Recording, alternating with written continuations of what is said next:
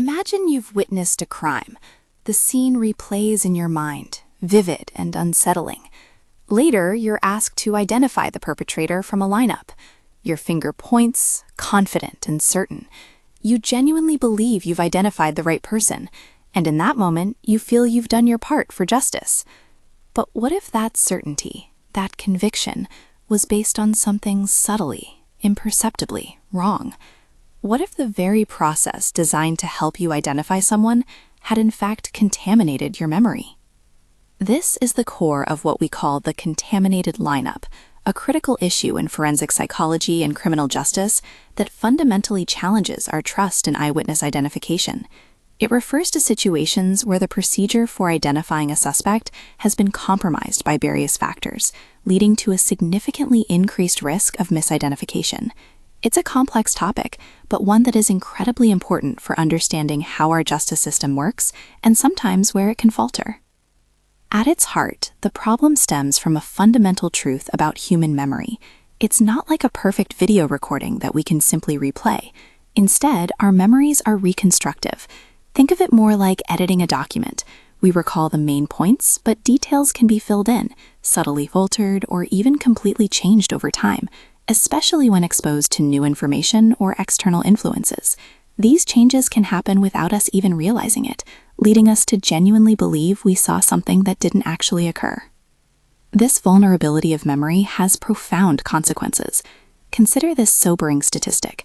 Approximately 70% of individuals exonerated by DNA evidence were originally convicted based on mistaken eyewitness testimony. That's a huge number, and it tells us that this isn't a rare anomaly, but a persistent and serious challenge to achieving true justice.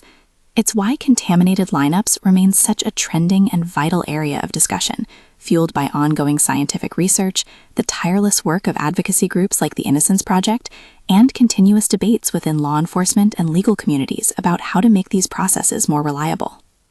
So, how exactly does this contamination happen? Let's break down some of the key mechanisms. One major factor is simply memory contamination itself. After witnessing an event, an eyewitness's memory can be altered by many external factors. This could be anything from discussions with other witnesses, where details might get muddled, to inadvertently seeing a suspect's image in the media before a formal lineup. Each piece of outside information, however small, can subtly reshape what we believe we remember.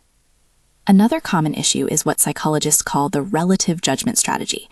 When presented with a lineup, witnesses often feel an implicit pressure to pick someone, so they might select the individual who most closely resembles their memory of the perpetrator, even if the actual culprit isn't even present in the lineup.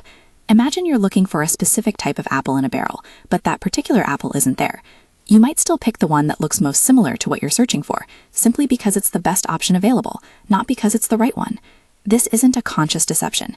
It's a natural yet problematic cognitive shortcut.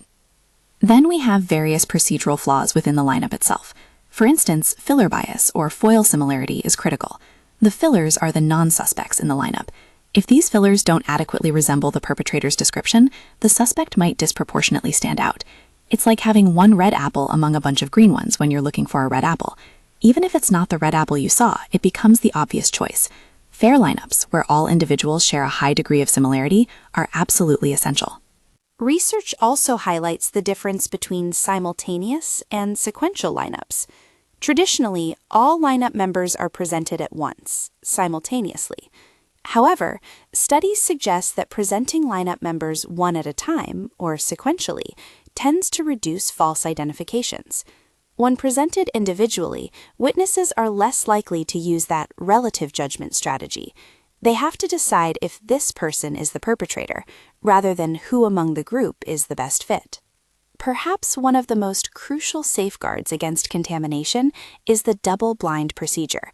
This means the person administering the lineup to the witness doesn't know who the suspect is. Why is this so vital? Because even unintentional cues, a slight glance, a subtle vocal inflection, a momentary pause, can unconsciously suggest to a witness who the right person is. It's similar to how a scientific experiment uses a double-blind method to prevent researcher bias. If the administrator doesn't know, they can't accidentally influence the witness. Finally, let's talk about confidence. We often assume that a highly confident eyewitness is an accurate one. While high confidence can correlate with accuracy under very pristine testing conditions, an eyewitness's confidence is surprisingly malleable. It can be easily inflated by post-identification feedback, such as an officer saying, "Good job, you picked the guy we thought it was." This kind of affirmation, even if well-intended, can cement a false memory and make a witness incredibly confident in an inaccurate identification, which then powerfully sways juries. These insights into memory and procedure have naturally led to significant debates and controversies within our justice system.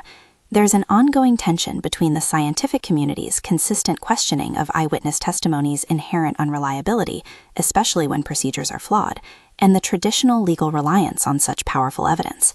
We also see persistent debates within law enforcement about adopting scientifically supported reforms like double-blind administration and sequential presentations, versus sticking to established, sometimes flawed, traditional practices. The good news is that understanding these issues also points us towards solutions.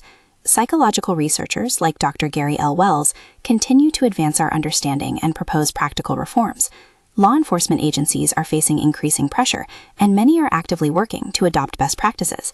Legal systems, including courts, judges, and attorneys, are continually evaluating the standards for admitting and assessing eyewitness testimony, incorporating more scientific insights into their decisions. And advocacy groups like the Innocence Project play a vital role in highlighting past injustices and pushing for systemic change. The future outlook for addressing contaminated lineups involves a continued collective push for evidence-based reforms and greater judicial scrutiny. It's about building a justice system that is as robust and fair as possible. It means acknowledging the incredible power of eyewitness testimony, but also recognizing its inherent fragility. By understanding how easily memory can be contaminated, we can implement safeguards that protect not only the integrity of the identification process, but more importantly, the lives and freedom of individuals caught within the system. Ultimately, learning about cases like the contaminated lineup isn't about blaming individuals, but about understanding complex human psychology and systemic vulnerabilities. It's about striving for a justice system where our pursuit of truth is always informed by the best available science, ensuring that when someone points a finger in a lineup, we can be confident it's truly the right one.